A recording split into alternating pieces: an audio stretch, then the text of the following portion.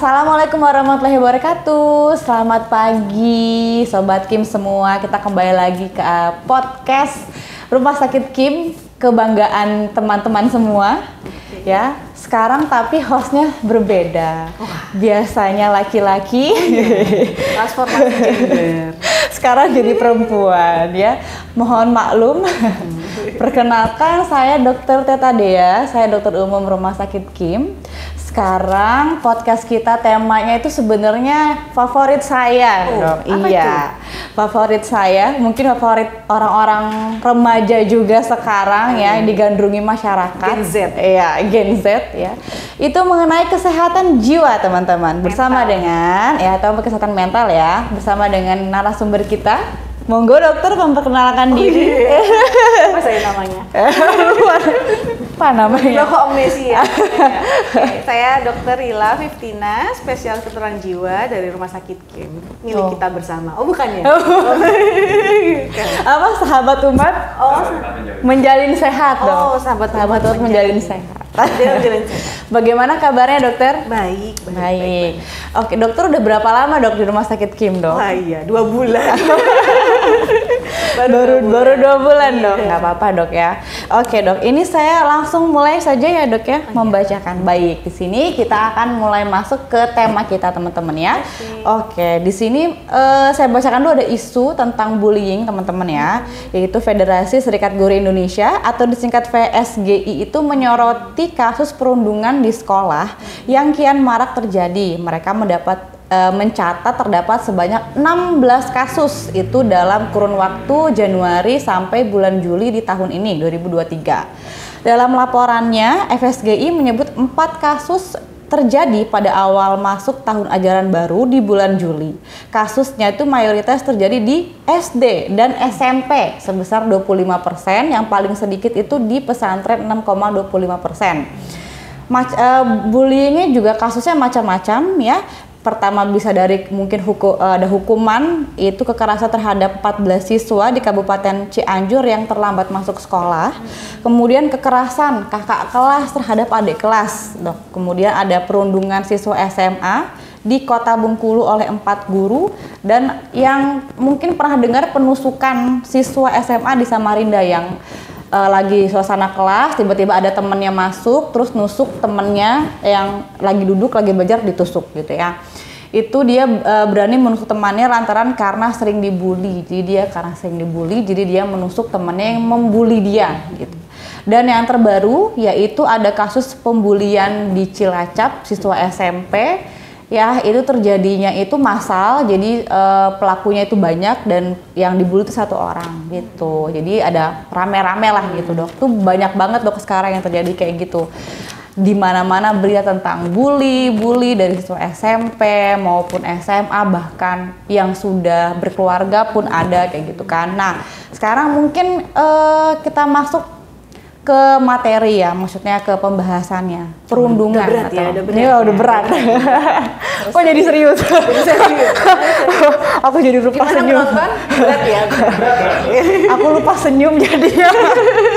Oke dok, jadi pertama perundungan atau bullying ya bahasa Inggris itu apa ya dok sebenarnya? Ya, bullying atau perundungan itu adalah suatu tindakan ya sebetulnya yang dilakukan secara intens, terus menerus dan impulsif ya, lebih ke kekerasan biasanya yang dilakukan sehingga tujuannya adalah membuat yang dirundung itu kan nggak nyaman.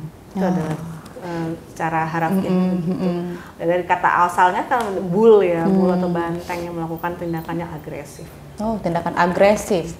Bullying atau perundungan itu bentuknya apa aja dok? Apakah hanya kata-kata atau banyak banyak macamnya kalau perundungan. Bisa verbal. Verbal itu juga bisa secara langsung atau secara tidak langsung juga bisa. Kemudian fisik itu juga bisa gitu. Kalau verbal secara langsung misalnya ketemu orang tiba-tiba memaki gitu ya, dengan kata-kata kasar, kemudian membuat yang kena atau yang dirundung itu kemudian menjadi kena di mental. Kalau orang Gen Z bilang itu wah kena mental deh gue gitu kan. Terus kemudian kalau fisik berupa misalnya tadi yang kekerasan menusuk, menuncep mata itu kan fisik kemudian bentuk-bentuk yang melakukan tindakan yang berkontak fisik dengan si yang dirundung itu. Kemudian ada juga yang perundungan sosial. Misalnya si orang yang jadi perundungnya itu akan punya sekelompok orang lain, temennya gitu, membentuk suatu komunitas ya, komunitas geng ya, lebih ke geng. Untuk membuat si orang yang dirundung itu terisolir misalnya, dikucilin misalnya, itu adalah social bullying, bisa kayak gitu. Itu nggak hanya anak-anak, di orang dewasa juga terjadi yang kayak begitu ya, di tempat kerja. Manusia. Cuman kan kalau orang dewasa itu childish ya, masa seperti itu gitu misalnya, itu kalau kita bicara tentang harusnya gitu. Terus kemudian bisa juga dengan cyberbullying misalnya gitu. Dia disindir lewat sosmed, kemudian di tag malahan namanya ini, kemudian udah sering ya, termasuk yang biasanya dilakukan yang kena bullying itu artis ya gitu ya. Untung kita bukan artis. Jadi nggak kena cyberbullying, aman ya Mas ya, aman. Untung kita manusia biasa yang bekerja pagi pulang sore. Nggak sempet dibully, udah bully sendiri.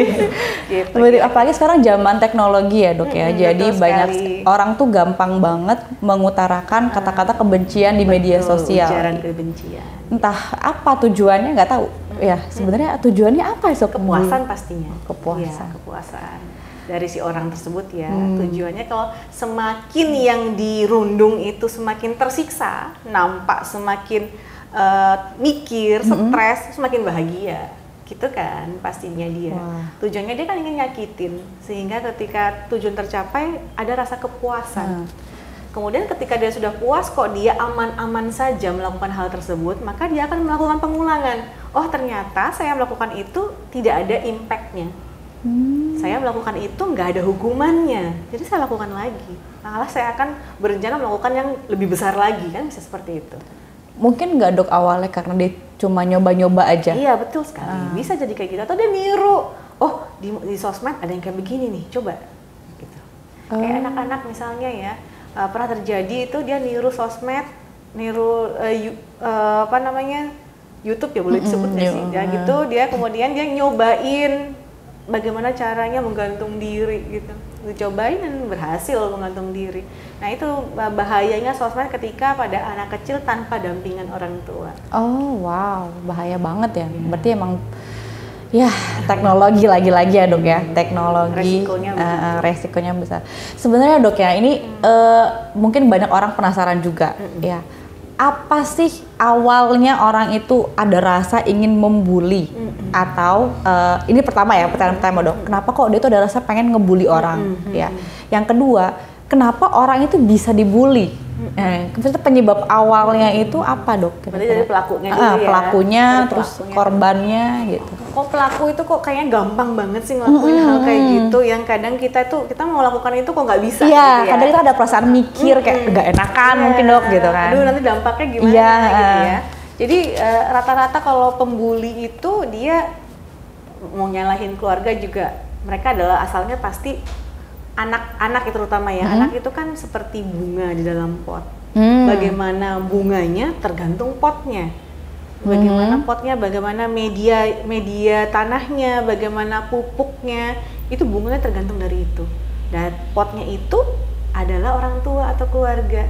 Bagaimana dia melakukan tindakan kekerasan, itu biasanya dia copy paste dari apa yang dilakukan atau yang dia lihat dari orang tuanya. Jadi dia mungkin di rumah orang tuanya dengan tipe parenting yang otoriter, jadi melakukan kesalahan langsung dihajar misalnya. Jadi dia berpikir, oh bahwa ketika saya menemukan suatu masalah, jalan keluarnya adalah kekerasan. Gitu. Sehingga dia melakukan percontohan di orang luar, karena dia nggak mungkin berani dengan orang tuanya.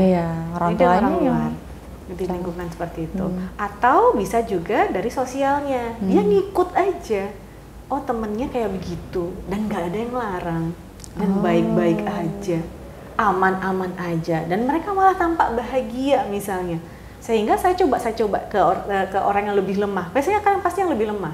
Kalau dia lebih kuat nggak mungkin dia berani. Jadi ke yang lebih lemah. Sehingga saya juga kok nggak ada impact nih.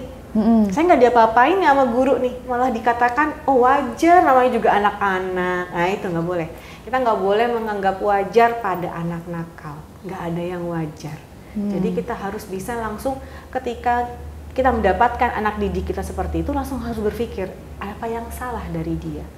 Coba untuk dirangkul, nggak berarti langsung diberikan punishment, tidak. Kita mulai menganalisa apa problematika yang dia hadapi, kenapa dia seperti itu. Jadi jangan pernah menganggap wajar pada anak nakal. Ada beberapa yang datang gitu, dok, anak saya habis nuncepin temennya pakai pensil, wajar kan dok? Orang namanya juga anak-anak main-main, itu nggak wajar. Meskipun SD dok, meskipun anak SD ya. SD. Nah, itu nggak sesuatu yang nggak wajar. Jadi jangan pernah nganggap wajar pada anak yang nakal. Tetap kita harus tahu kenapa dia begitu. Takutnya ketika kita menganggap itu wajar, dia merasa bahwa itu adalah sesuatu yang di-approve. Apa yang saya lakukan itu ternyata sah-sah aja. Tidak ada batasan bahwa saya tuh harus berhenti. Gitu. Jadi harus kita mulai mengawasi. Itu mungkin ya hal-hal yang seperti itu yang membuat sehingga pelaku perundungan semakin membabi buta. Kemudian dari tipe yang dirundung, tipe yang dirundung biasanya pastinya adalah orang-orang yang jauh lebih lemah dibanding yang merundung, gitu. Sehingga dia merasa bahwa orang yang dirundung yang lebih lemah itu tidak akan berteriak, nggak akan minta tolong, nggak akan call for help ke siapapun, karena ketika dia mau call for help dianggap justru dia yang salah. Kamu sih nggak main sama mereka, kamu sih nggak berbaur. Nah itu dia. Kadang-kadang di situ dilematikanya. Sehingga kita harus bisa tetap ngerangkul. Ketika dia call for help, itu tetap kita harus bisa memfasilitasi apa yang dia hadapi. Jangan kemudian, oh ternyata kamu karena mentang-mentang dia sendiri ya, yang kerundung kan biasanya banyak. Iya, gitu banyak kan? dok biasanya. Kamu sendiri berarti kamu yang salah gitu. Yang sendiri itu belum tentu salah. Yang banyak tergantung dari temanya. Kalau yang banyak itu untuk kegiatan yang positif ya pasti dia baik ya. Tapi kalau kegiatannya adalah untuk mengisolasi secara bullying, mengisolir, nggak ngajak main lah, lu nggak diajak misalnya, lalu nggak asik gitu kan, nggak boleh juga seperti itu. Berarti kalau yang tadi yang dirundung ya dok ya, apakah ada karakter tertentu, karakter orang itu dia dirundung, ataukah mungkin bisa jadi ada masalah juga dia di eksternal atau di lingkungan keluarganya mungkin jadi dia dirundung juga, itu ada kemungkinan seperti itu juga? Ya, bisa saja. Biasanya kan itu anak pendiam ya kayak begitu kan, anak yang kalau dia sama-sama nakalnya nggak mungkin jadi tipe yang berseberangan gitu ya, pasti ya lebih karakternya berbeda dengan yang merundung. Mungkin dia bisa jadi karena dia paling pinter. Biasanya kan ada sesuatu yang nggak disukai oleh tipe perundung kan. Mungkin dia paling pinter, paling cakep misalnya, atau dia paling diam gitu. Pasti ada yang sesuatu yang palingnya itu, sehingga dia menjadi korban bullying. Atau dia dianggap paling lemah, lu kan masih anak kecil, aku lebih tua misalnya gitu. Seperti yang terjadi penusukan di mata itu kan juga dia lebih muda kan jauh. Oh, yang dari kakak kelas itu ya dok ya, kakak kelas nusuk mata adik kelasnya itu. Betul sekali.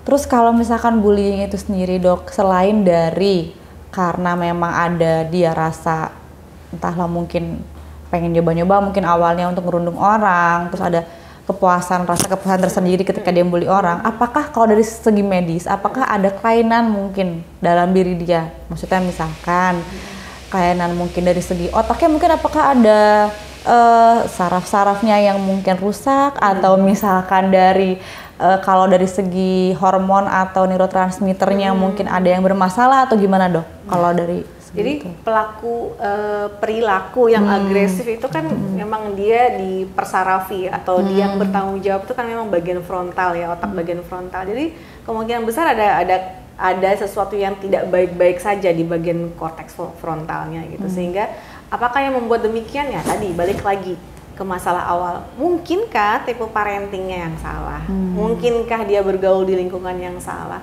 Sehingga dia menjadi kalau parentingnya salah, misalnya orang tua saya berantem terus gitu, orang tuanya berantem terus sehingga saya mengadop atau melakukan tindakan yang seperti orang tua saya lakukan. Biasanya anak kecil itu kalau depresi kan manifestasi klinisnya berbeda. Kalau orang dewasa sedih, mengurung diri gitu, kalau anak kecil tuh akan nakal. Dia akan nakal, kemudian prestasi akademiknya akan menurun misalnya seperti itu. Sehingga kita mulai berpikir, oh jangan-jangan dia ada suatu gejala lainnya, depresi misalnya, ataukah dia memang murni nakal, ataukah dia ada gangguan kepribadian antisosial misalnya. Kalau dia udah 18 tahun kita bisa bilang dia gangguan kepribadian. Mungkin dia ada kecenderungan ke arah antisosial misalnya seperti itu. Jadi apakah ada kerusakan di daerah tersebut, ya pastinya dia akan berbeda dengan orang pada umumnya. Kalau orang pada umumnya kan tidak mungkin melakukan hal-hal yang seperti itu gitu. Sehingga kemungkinan besar ada. Kemungkinan besar ada ya, Dok. Itu bisa nggak Dok terdeteksi sebelumnya, sebelum dia melakukan kira-kira? Sangat bisa. Biasanya ya kalau aja di lingkungan sekolah itu lebih aware dengan perubahan perilaku pada anak, makanya tadi dari contoh paling kecil adalah nakal ya. Anak yang dianggap nakal itu kita sudah mulai warning nih, ada something wrong dengan dia. Apakah itu bagian dari sakit, takutnya dia akan berkembang menjadi hal yang lebih gak baik lagi, sehingga kita harus awareness-nya di situ, ada sesuatu yang salah. Berarti perlu peran juga dari guru di sekolah, orang tua yang karena melihat kadang-kadang di rumah baik-baik aja gitu, dia akan berulah itu di sekolahan. Jadi ketika kita menemukan anak seperti itu, langsung kita panggil, bukan berarti kita manggil untuk nyalahin, apalagi dipergunjingkan gitu. Wah itu anak tuh si A tuh ngomong sama guru yang lain atau makan ngomong dengan siswa yang lain, itu kan nggak boleh gitu. Jadi pengalaman ya? Enggak. Kok senyum gitu? Gitu. Wah bahaya nih aku sama dokter jiwa. Gitu. Bahaya aku dibaca gerak-gerikku.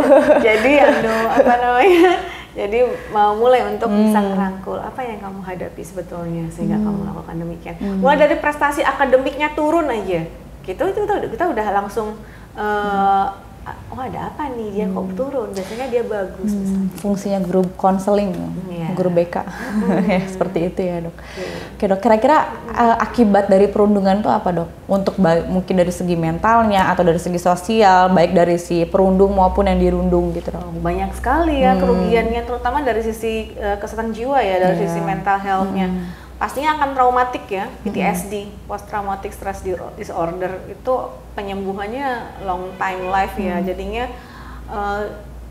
makanya kenapa harus dihindarin, karena untuk ngobatin traumanya itu butuh waktu gitu. Dan apakah hanya trauma aja, bisa depresi juga, kemudian dia bisa menjadi insecure, atau mungkin dia justru menjadi hal yang seperti yang dilakukan oleh perundungnya gitu. Dia kan kayak balas dendam tapi dengan orang lain gitu.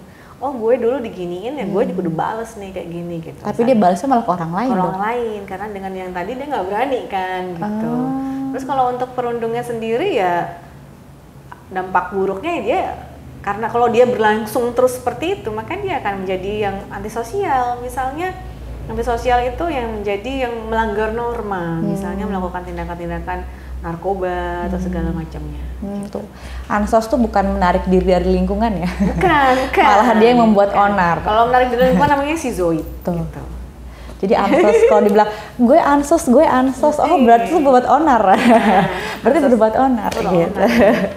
Kalau misalkan dokter pernah dok menangani kasus pasien PTSD karena perundungan sebelumnya? Banyak ya sebenarnya, banyak kalau di rumah sakit yang lainnya. Gitu. Biasanya contohnya bagaimana sih cara untuk mengobati rasa trauma si anak itu dok yang dirundung? Kita lebih ke kalau kita nanya berulang kali, mengulik lagi, coba ceritakan, itu akan seperti kita luka mau kering dikorek lagi, dikopek lagi, berdarah lagi. Pasti gitu ya dok. Luka yang tidak berdarah tapi nyeri. Gimana sih luka tak berdarah? Apa itu istilahnya? Gitu. Nah, jadi kita lebih ke dampingin ya, mendampingi. Biasanya kita kerjasama dengan pemberdayaan perempuan dan anak gitu, sehingga ada pendampingan dari sisi di sana. Kita mengusahakan untuk tidak menanyakan kejadian berulang-ulang. Jadi kita cukup sekali, makanya tanyanya harus betul-betul pelan-pelan agar apa yang kejadian yang dia rasakan tersebut tidak menjadi sesuatu yang kemudian akan teringat dan terekam di bawah sadarnya.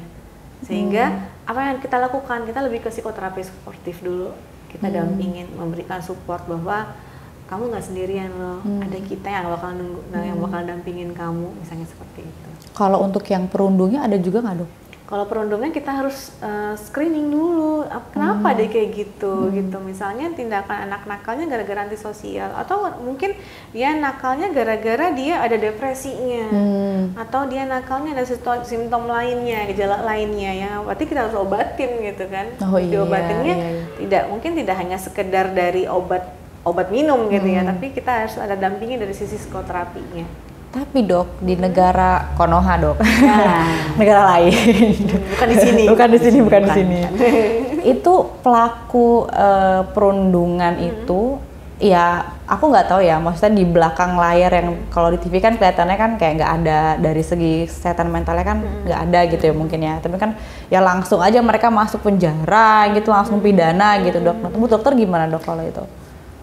Itu tidak memberi efek jera ya sepertinya. Kayak dia itu cuman gini doang, saya di penjara makan enak malahan kan, gitu ya. Saya bebas dari tugas pelajaran sekolah ya kan. Yang menurut dia itu biasanya kalau perilaku perundungan itu kan akademiknya akan turun. Biasanya dia akan kesulitan ngikutin pelajaran, sehingga nggak dikasih pelajaran malah dia semakin seneng dong gitu kan. Nggak dikasih pelajaran akademik maksudnya, dia akan semakin seneng. Jadi kalau kita memberikan punishment-nya berupa penjara, itu nggak akan nyelesain masalah. Karena dia keluar, dia malah justru semakin, cuman segitu aja saya cuma 7 bulan misalnya, atau cuma 1 tahun misalnya gitu. Saya akan ngulangi lagi, toh juga nanti akan begitu. Tapi kan rasa kepuasan yang patologis ya, itu kan kepuasan yang patologis, itu akan terus berlangsung. Itu yang harus kita hentikan, nggak boleh dia berlangsung terus, kan kasihan juga. Dia tuh sebetulnya ada sesuatu yang nggak baik-baik aja, cuman dia nggak sadar dan dia nggak bisa minta pertolongan karena dia nggak tahu sesuatu yang tidak baik. Atau nanti dia bisa bikin geng tuh dok. Geng yang sesama. Iya, di penjara itu udah gengnya. Aku sering baca komik-komik bully. Kirain bikin geng. Enggak ya. Aku sering baca komik-komik bully dok, gitu kan. Jadi ya pasti patternnya akan sama. Ketika dia merasa nggak puas, dia ngebully yang lemahnya nggak ada respon, dia makin kesel. Ketika ada respon, kesel lagi. Jadi dia masuk penjara malah bikin geng, gitu lah. Jadi patternnya sama. Makanya mungkin kehidupan nyata sama. Bukan di sini tapi ya dok ya. Bukan di sini. Di luar. Di luar, kalau di sini nggak ada ya. Nggak ada. Kalau di sini emang nggak ada. Di sini masih aja. Di sini aman. Iya dok. Kalau kira-kira sebenarnya bullying ini tuh bisa dicegah nggak sih dok? Kira-kira dok? Kita sebenarnya kalau bisa dicegah itu antara ya dan tidak gitu ya. Karena dia kadang-kadang insidious ya, kayak berjalannya progresivitasnya itu pelan namun pasti gitu ya. Pelan ya, benar. Sehingga nggak nampak dengan kasat mata, kecuali memang orang yang benar-benar concern di situ. Misalnya di sekolahan kita berarti harus menggandeng guru BK, gitu ya. Guru BK itu tugasnya adalah untuk bisa melihat bahwa ada sesuatu yang salah nih dengan psikis anak didik, gitu ya. Sehingga dia harus turun tangan ketika hal tersebut terjadi. Tapi tetap ingat satu hal, ketika ada yang datang untuk curhat, bukan berarti harus disegembar-gemburkan ke tempat lain ya. Karena ada beberapa terus yang datang ke saya gitu, terus nggak mau ngomong gitu nanti begini. Malah digujingkan ya. Jadi itu harus kita harus bisa keep secret gitu ya. Itu adalah rahasia yang dilindungi oleh undang-undang. Bukan guru di sini ya dok ya? Bukan. Di luar negeri. Luar negeri ya. Saya di luar negeri. Nggak di sini. soalnya saya baca beritanya dok. Iya. Ada berita itu, makanya langsung keinget ada gitu. Karena kan zaman sekarang itu anak-anak itu sangat aware dengan mental health ya. Bahkan sampai ada beberapa yang menganggap kalau lemes dikit, males kuliah itu apakah mental health ya gitu loh dok. Self diagnosis jadi self diagnosis banyak sekarang kayak gitu. Apa mental health gitu kan. Jadi kan kadang salah artikan. Self diagnosis nggak bahaya gitu. Iklan dong. Gitu ya. Jadi iklan. Itu iklan radio. Ya kalau kita ketolongnya kalau zaman dulu kan, kenapa sih dok? Ada pertanyaan yang agak cukup relate ya sebenarnya. Kenapa sih dok kalau zaman kita gitu ya, kan udah tua nih ya. Zaman kita tuh kok ya ketika kita dipukul oleh guru gara-gara sesuatu hal, kita kok kayak cuek-cuek aja gitu. Kok sekarang itu misalnya hanya dibilang kamu coba tolong maju ke depan, itu kayak langsung kena mental gitu. Nah, iya dok. Serapuh itu kan anak zaman sekarang. Sebenarnya teknologi, kemudian kemajuan zaman itu juga ikut mempengaruhi. Jadi ketika dulu kan kita nggak bisa tahu nih, kita mikirnya yang dulu yang dipukul cuma kita doang, ternyata satu Indonesia banyak ternyata gitu, misalnya gitu kan. Padahal tujuannya kan mungkin untuk supaya kita lebih intens lagi, kalau enggak kan jadi kayak sesukanya sendiri gitu ya. Nah kalau sekarang saya hanya dibilang begini, kok saya segitunya saya itu berpikir lebih jauh gitu ya, sehingga mungkin hal itu akibat dari kemajuan teknologi tersebut. Jadi kalau saya ngelihat di VT misalnya, di FYP gitu ya, muncul nih, itu look like me, seperti saya tuh juga kayak gitu tuh, saya harusnya nggak boleh ini dibeginikan. Nah itu mungkin bagian dari hal tersebut. Teknologi emang luar biasa ya. Ada risk and benefitnya pastinya. Karena saya juga baru lihat akhir ini kan yang ada hukuman buat anak yang terlambat sekolah, dijemur di lapangan. Udah biasa zaman dulu. Nah, iya kan zaman dulu biasa ya. Kelahiran 2010 ya.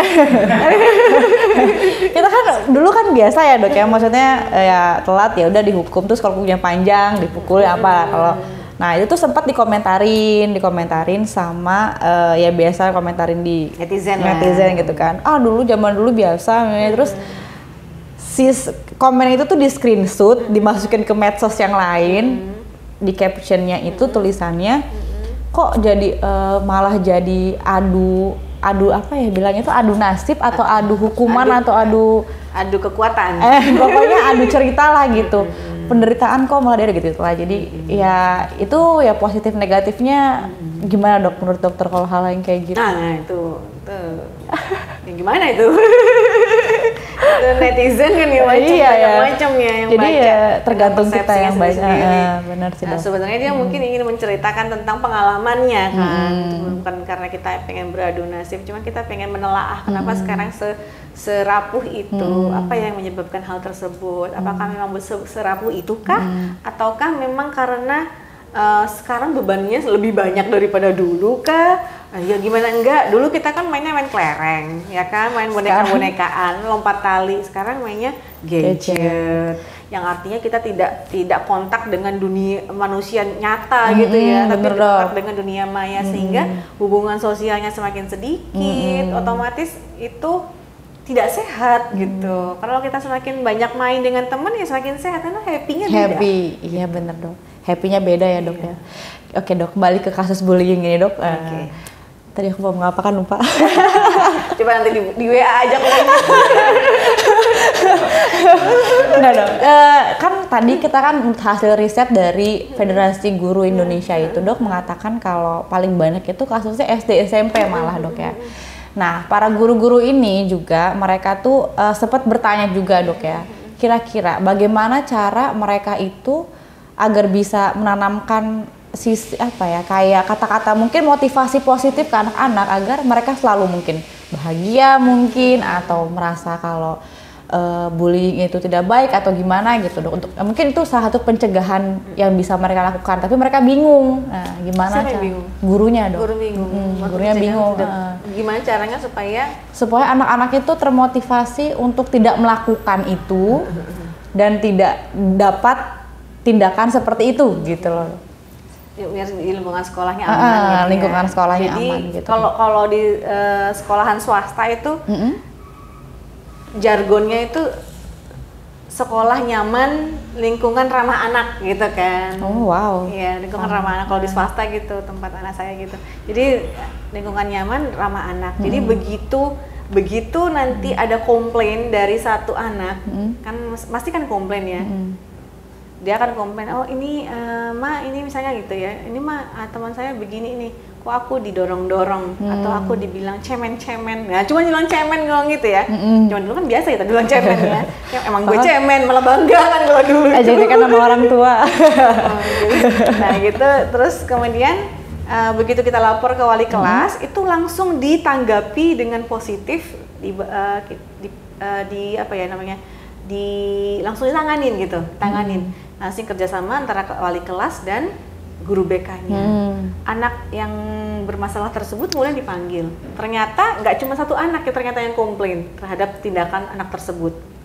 Pernah membawa gunting gitu, kemudian dia akan menusuk temannya. Untungnya tidak sampai menusuk. Nah sehingga itu langsung ditanganin, cuman mereka tidak mau woro-woro keluar, itu bagusnya di situ. Jadi langsung di-keep di ruangan tersebut.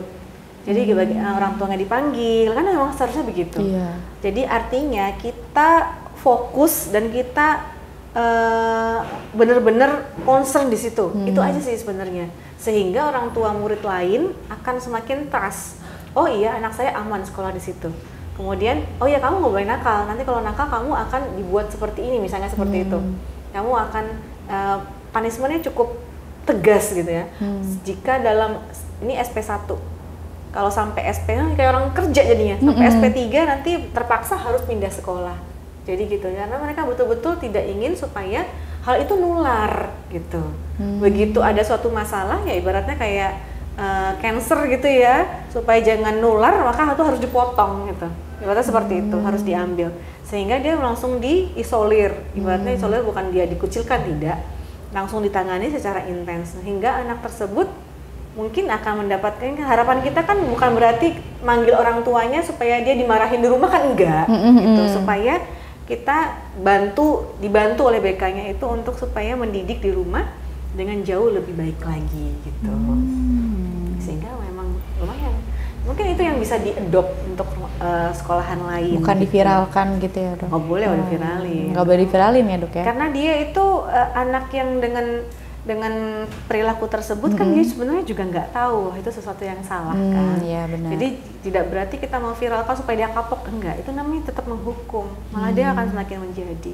Caranya adalah kita tetap rangkul dia bahwa dia juga itu sebenarnya bentuk kenakalannya itu adalah bentuk dia sedang meminta tolong gitu. Sehingga bagaimana caranya kita untuk nolongin dia akademiknya tetap baik, misalnya seperti itu, kemudian dia hubungan dengan teman-teman juga tetap baik. Ya Dok, kembali lagi yang tadi bullying, yang masalah pengaduan. Kalau misalkan dia korban ya Dok ya, korban yang dibully, kan kebanyakan itu mereka itu diam, maksudnya takut untuk ngomong ke siapapun gitu. Nah, kira-kira gimana ya Dok, maksudnya agar kalau misalkan mungkin ada teman-teman di sini yang pernah dibully atau dulu kan pasti kan ada rasa aduh takut gitu ya, mau ngadu ke siapa, orang tua takut nanti dimarahin atau malah gimana gitu ya. Nah, gimana cara biar meyakinkan para korban bully itu kalau mereka tuh bisa sebenarnya lapor. Bagaimana cara untuk meyakinkan merekanya itu Dok?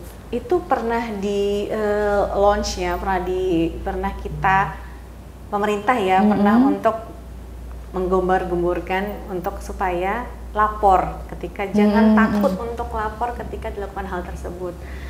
Permasalahannya jaminan keamanannya gimana? Nah, iya gitu Dok, kan? Itu jaminan keamanannya. Ketika dia lapor, takutnya nanti ketika dilapor, orang yang dilaporin malah ngomongin ya. Itu kan yang takutin kan gitu pasti. Itu sesuatu yang realistis gitu. Itu kita nggak boleh menutupi diri ya, defense juga nggak boleh. Jadinya ketika ada yang lapor ya memang dia pasti ada ketakutan untuk dilaporin balik atau dia dilaporin ke orang yang melakukan hal tersebut, sehingga rasa aman, takut nanti saya tambah dibully. Jadi bagaimana caranya? Padahal kita sedang menggiatkan supaya jangan pernah takut untuk melaporkan apabila terjadi tindakan bullying, kan seperti itu. Nah, di Dinas Pemberdayaan Perempuan dan Anak itu punya hotline-nya sebetulnya. Terus kemudian rumah sakit lain sudah membuat helpline untuk bullying dan KDRT sehingga bisa diakses. Mungkin kita juga akan bisa buat kalau misalnya ternyata itu dibutuhkan di sini gitu, misalnya seperti itu. Oh, berarti sebenarnya dari pemerintah pun sudah ada ya Dok sudah ya? Sudah ada, jangan takut untuk lapor. Paling tidak lapor ke guru dulu gitu. Nah Dok, menarik nih lapor ke guru. Saya pernah baca kasus itu, jadi ada siswa yang dibully, dia lapor ke guru, kata gurunya, oh ya nanti kita tindak. Tapi mungkin caranya kurang pas ya, karena gurunya itu dia ngomong depan kelas, ngomongnya terang-terangan gitu dok, langsung siapa yang melakukan ini ke ini gitu dok. Jadi takut kan jadinya. Jadi si yang korban itu ya kaget loh, kok malah kayak gini penanganannya gitu dok. Oh ya, mungkin kita akan melakukan kedepannya ya, kita akan melakukan kayak mentoring gitu ya, bagaimana caranya supaya menangani dengan tepat dan cepat gitu ya untuk perilaku tersebut. Iya, mungkin biar guru juga kan mungkin mereka belum pernah mendapatkan ilmu tentang bagaimana biasanya caranya. tersentralisasi di BK kok. Di BK ya berarti ya dok. Jadi bukan wali kelas. Oh berarti oke gitu. Serem soalnya itu kayak, itu kasihan banget korbannya, berarti langsung di ini gitu kan. Terus dok ada padahal masnya dulu pelaku bullying. Oh bukan. Yang dibully. Oh korban. Atau bystander, cuma diem aja. Ngeliatin. Ya terus gitu, jangan. Sambil makan popcorn gitu. Enggak ya. Mantap gitu kayaknya. Pendukung supporter. Ada lagi dok pertanyaan tadi, ada yang nanya dari karyawan kita dok, ada yang nanya kalau misalkan namanya Teta Dea. Oh enggak. Nama disamarkan. Kalau misalkan ada anak kita kena kasus dibully gitu dok ya, pertanyaannya apakah dari orang tua korban itu bisa melapor pertama, terus kalau melapor pun kemana, dan katanya bisa membalas ke si pelakunya. Oh boleh nggak kayak gitu gitu dok. Kalau membalas itu jadi kayak kita tuh level moralnya sama ya, sama dengan orang jadinya yang tersebut. Jadi membalas itu jelas tidak ya. Kemudian gimana caranya? Biasanya lapornya ke tingkat yang lebih dekat dulu sebelum kita, tergantung jenis buliannya ya sebenarnya. Kalau jenis buliannya udah agak anarkis ya, mungkin nggak ada pilihan lain, mungkin kita langsung harus melibatkan stakeholder yang ada gitu ya. Tapi kalau dia jenis buliannya hanya sebatas, misalnya bukan hanya ya, kita nggak boleh ada kata maklum dengan bulian sebenarnya. Untuk yang masih bisa kita tangani di lingkungan sekolah, mungkin kita ya lapornya ke wali kelas dulu gitu ya. Wali kelas, nanti kemudian wali kelas akan memindahkan atau memanggil BK-nya untuk segera ditangani. Biasanya seperti itu. Kalau di swasta hal tersebut udah jalan sebenarnya. Ya kalau di negeri udah makin baik kok sekarang. Di negeri juga sudah mulai tersentralisasi di BK. Sehingga berarti penerimaan guru BK harus diperbanyak nih, ya kan gitu. Nih saran buat pemerintah, penerimaan guru BK di sekolah-sekolah harus dipertinggi dan kayaknya nggak sembarangan orang ya dok untuk jadi guru BK itu ya. Ada sekolahannya. Oh ada ya. Sekolahnya. Oh ada sekolahnya. Ada sekolah guru BK khusus BK. Oh iya. Karena ya ini kalau anak-anak itu kan ini ya dok ya, sensitif ya, karena mereka juga masih kecil, kayak masih meraba-raba, masih nyoba-nyoba ini tindakan mana yang benar, tindakan mana yang salah. Itu di situ pentingnya kita supaya dia terarah jadi gini, kita itu kan parenting tuh ya, kita di sekolah jadi guru tuh kan kayak orang parenting juga. Mau otoriter kah, atau mau yang sifatnya demokratis kah, atau yang sifatnya terlalu permisif kah, atau yang sifatnya pembiaran gitu ya, neglect. Nah mau yang mana nih? Kalau kita mau yang sifatnya demokratis, itu kita membolehkan dia berekspresi, tapi si anak harus tahu batasannya. Itu nggak boleh, itu harus begini nih, diarahin gitu. Silakan, boleh. Kamu mau berekspresi apa? Saya mau juara ini nih, mau ikut lomba ini nih, boleh. Asal jangan kita arahin, oh kamu lombanya kok dari seminggu ini udah 3 kali lomba, jangan capek kan dong dia kan. Dibatasin aja, kamu seminggu aja. Itu namanya kita memberikan arahan. Tapi kalau kita sistemnya otoriter, bahwa saya paling benar, gurunya paling benar misalnya, atau muridnya yang paling benar, atau orang tua wali kelas yang paling benar, enggak juga, karena penyandang dana misalnya, enggak juga. Jadi memang harus dari pihak terkait itu memang harus sepakat dulu ya, bagaimana caranya supaya kalau ada kasus-kasus demikian kita apa yang harus dilakukan supaya sama-sama enak antara perundung, yang dirundung, orang tua yang dirundung kan pasti nggak terima kalau nonton dirundung. Iya benar. Orang tua perundung juga kadang-kadang defensif, anakku nggak gitu kok, anakku di rumah baik-baik aja. Kadang-kadang kita nggak tahu soalnya, di rumah fine-fine aja padahal digebukin terus misalnya, gitu. Nah itu kita harus bisa untuk introspeksi diri. Peran orang tua penting banget berarti ya dok. Sangat penting. Karena tempat pertama ya, tempat pertama anak itu mengenal dunia, mengenal mana dia tindakan yang bagus atau enggak itu dari situ awalnya ya dok ya. Karena anak itu cerminan orang tua. Mantap. Bagaimana? Gimana? Jadi orang tua? Belum. Sudah. Sudah. Kan lahiran 2010 tadi. Masih dede emas dong 2010. Oke teman-teman, menarik sekali ya perbincangan kita pada pagi hari ini. Karena temanya juga pasti ini tema-tema yang lagi benar-benar lagi booming, yang lagi dibicarakan. Seluruh masyarakat Indonesia, semua lapisan masyarakat tahu tentang kasus ini karena tadi ya, karena perkembangan teknologi, jadi semua orang bisa akses beritanya di dimanapun gitu ya. Dan juga mungkin untuk pembelajaran juga untuk kita sebagai mungkin orang tua nanti yang belum jadi orang tua untuk bisa belajar bagaimana menjadi orang tua yang baik dan benar. Yang baik dan benar lah ya, bukan terbaik versinya anak lah gitu ya. Bukan terbaik versi siapapun, terbaik versinya. Mungkin dokter ada yang mau ditambahkan lagi tentang? Cukup ya. Cukup. Tambah terus bayarnya kayak orang makan kan ya. Tambah terus nggak kelar-kelar. Mungkin sekalian promosi klinik poli, jadwal polinya dok ya. Jadwal poli, jadi sekarang di Rumah Sakit Kim sudah ada poli klinik kesehatan jiwa ya gitu. Happy sendiri. Akhirnya karyawannya bisa pada konsul. Yang lagi ya kan? Lagi motret juga mau konsul. Beban stresnya tinggi. Oh iya. Gratis ya nanti. Banyak. Jadi bisa datang ke sini di hari Sabtu di jam 9 hingga 11. Bisa lagi gimana? Belum bisa menggunakan BPJS. Dalam waktu dekat nanti akan bisa. Kemudian kita akan melayani Anda dengan sepenuh hati. Ya, kepuasan Anda adalah kebanggaan kami.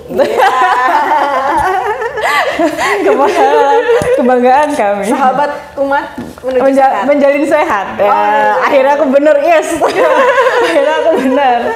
Jadi teman-teman ya, kita ulangi lagi. Jadi Rumah Sakit Kim sekarang punya klinik jiwa ya, kesehatan jiwa bersama dengan Dokter Rila, ketemunya setiap hari Sabtu jam 9 sampai jam 11. Bisa apa ya. aja di klinik jiwa? Bisa apa aja? Bisa curhat. Bisa pengobatan. Bisa untuk melihat potensi kerja. Bisa juga untuk melihat apalagi dok, ya ada yang nggak ada. Passion. Apa yang nggak ada itu apa itu? Bisa melihat yang ada dan tidak ada. Itu masih yang belakang. Bisa curhat apapun ke Dokter Rila bisa ya teman-teman ya. Tapi masih belum bisa BPJS, masih dalam proses ya. Ada lagi dok? Sudah. Terima kasih sudah menyaksikan podcast ya, podcast kesehatan kita hari ini. Kurang lebihnya mohon maaf. Semoga tidak bosan. Semoga teman-teman masih sadar akan kesehatan jiwa atau mental itu penting. Sangat penting. Ya? Karena mensana in corpore sano. Oh, apa itu dok? Dalam tubuh yang sehat ada jiwa yang sehat. Balik ya. Dalam tubuh aku mana ini? Terima kasih semuanya. Wassalamualaikum warahmatullahi wabarakatuh. Sampai jumpa.